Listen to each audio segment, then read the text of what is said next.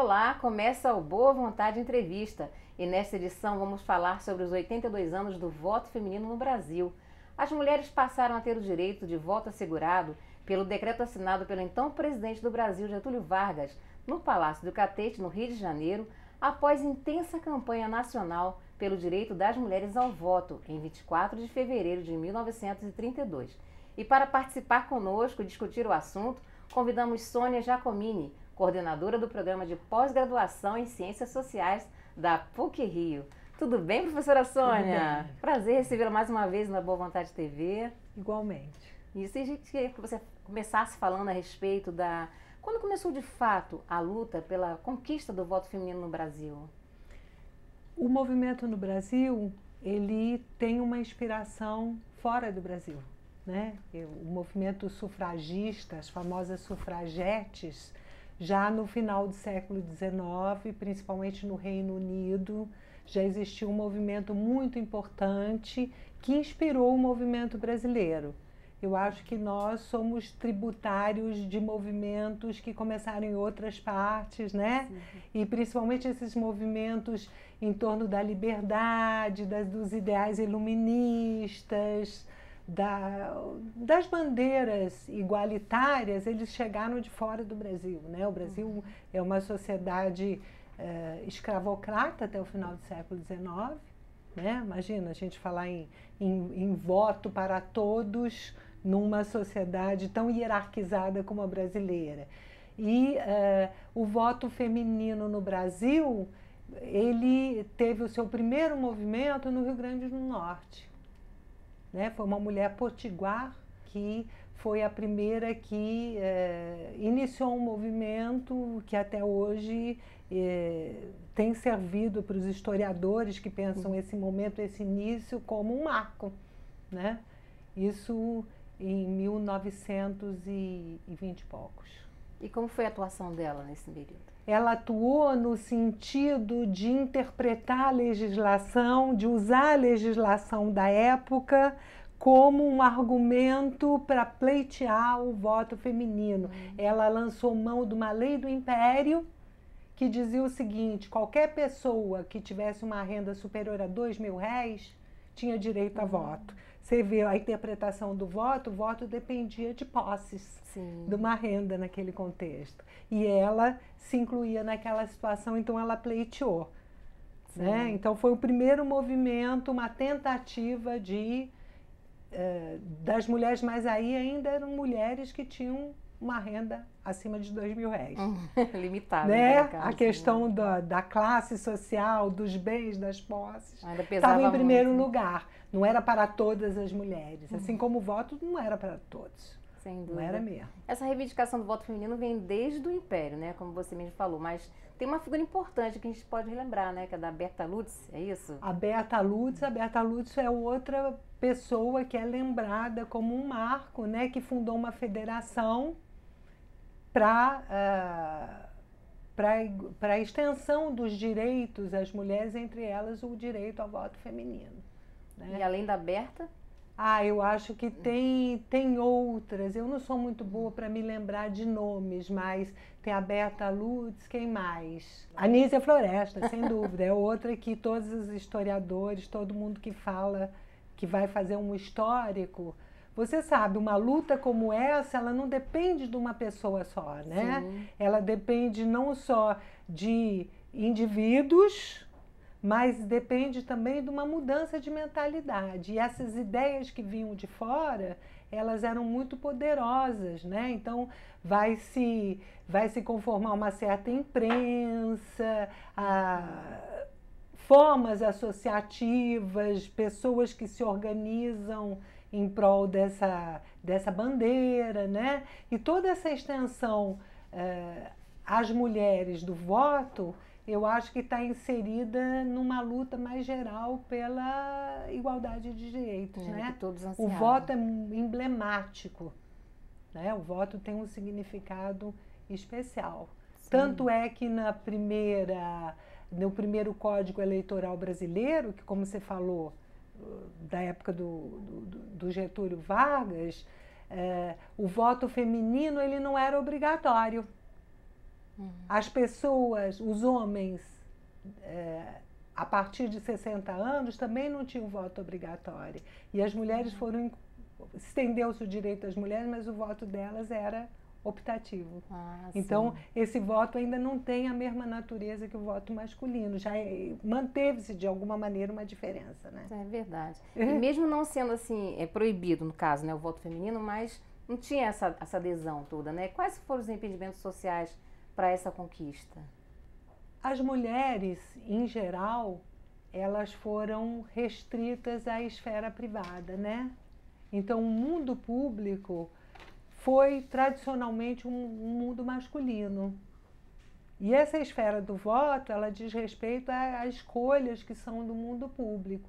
Então, daí essa dificuldade. No início, as mulheres estão fora do mundo público, na verdade, são seus maridos, seus pais, seus irmãos, que são os representantes que fazem a mediação da mulher com o mundo público. Daí a ideia de que por que ela vai votar? Se ela já tem quem a tutele, que a represente nesse mundo público, né? Quanto mais ser candidata, né? Que até hoje a gente tem um baixíssimo número de mulheres, não só que são eleitas, mas que são candidatas. Eu acho que o direito ao voto, ele foi conquistado, mas a gente ainda vê uma série de entraves quando nós vemos a participação das mulheres nos cargos eletivos, nos cargos... Ainda uma distanciamento muito grande. Muito, embora exista uma série, digamos, de ações afirmativas, né, ou mesmo de cotas, é como se as mulheres, elas... Eu já diria até que talvez não se interessem tanto quanto os homens por essa forma de participação da maneira como ela está posta na atualidade. Talvez as mulheres tenham encontrado outras maneiras de fazer política, porque você sabe que a política é muito maior do que os cargos eletivos, claro, né? Do que a política parlamentar, etc. Talvez isso daí, sem dúvida, nos fala de características culturais importantes que devem ser interpretadas, analisadas, né? Porque, sem dúvida, quando as mulheres estão em cargos decisivos, decisórios, sem dúvida, existe um maior espaço, né, para pensar questões que talvez os homens não estejam muito capacitados para pensar. Então, Sônia, é importante essa participação da mulher na sociedade, sem né? Dúvida. A presença feminina ali no voto. Sem dúvida. Para que o Brasil no voto, conquiste também e mais eu diria autonomia. Até nos cargos mesmo, né? Sim. Eu iria até além do voto. O voto eu acho que é uma parte disso. Mas, por outro lado, nós temos uma presidente da República, né? Então, o Brasil é até um país interessante por conta até dessas idiosincrasias, né? E um outro fato importante também que ocorreu foi a participação da mulher na política, em 95, quando se criou a lei de cotas.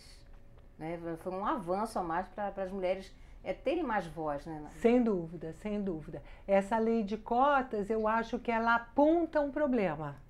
Qual? Não, a existência das cotas já está apontando para essa não participação. Para que cotas se esse espaço já estivesse sendo ocupado, né? Mas eu diria que a gente ainda está longe de ser capaz de superar a ideia de cota. Porque quando que as cotas, elas são sempre vistas como temporárias, provisórias, para produzir mudanças que seriam mudanças igualitárias, né? Sim. Em direção a um patamar igualitário. As cotas ainda são necessárias, porque a participação das mulheres nos pleitos, como candidatas, ainda é muito baixa. Ela reserva 20% das suas vagas. Exatamente, e que não são preenchidas. Isso que é interessante. Mas por que isso não ocorre?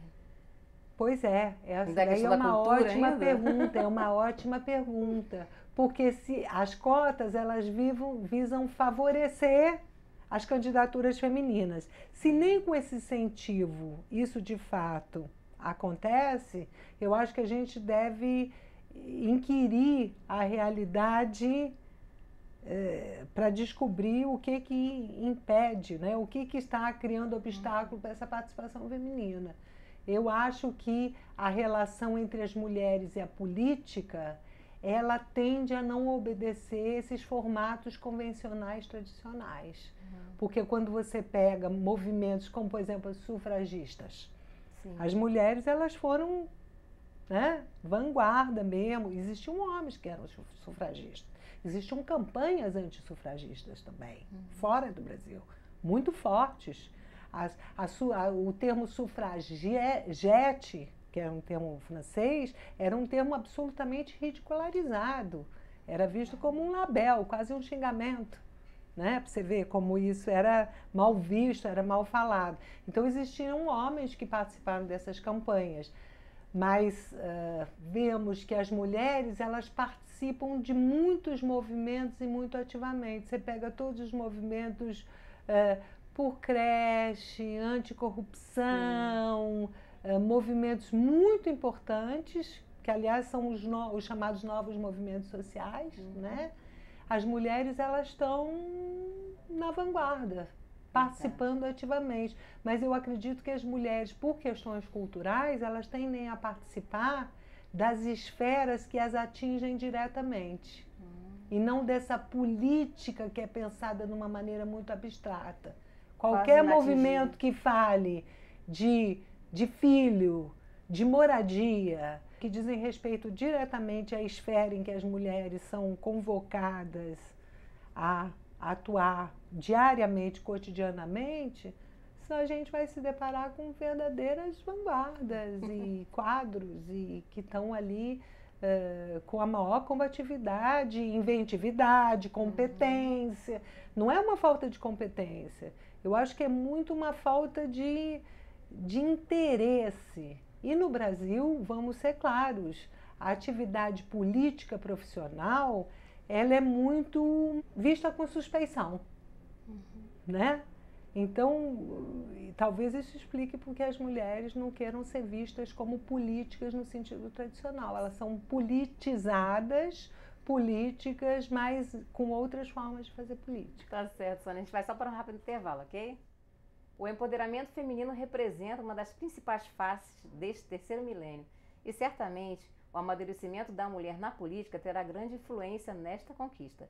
Sobre este tema, voltamos no próximo bloco, conversando com a coordenadora do programa de pós-graduação em Ciências Sociais da PUC-Rio, Sônia Giacomini. Até já!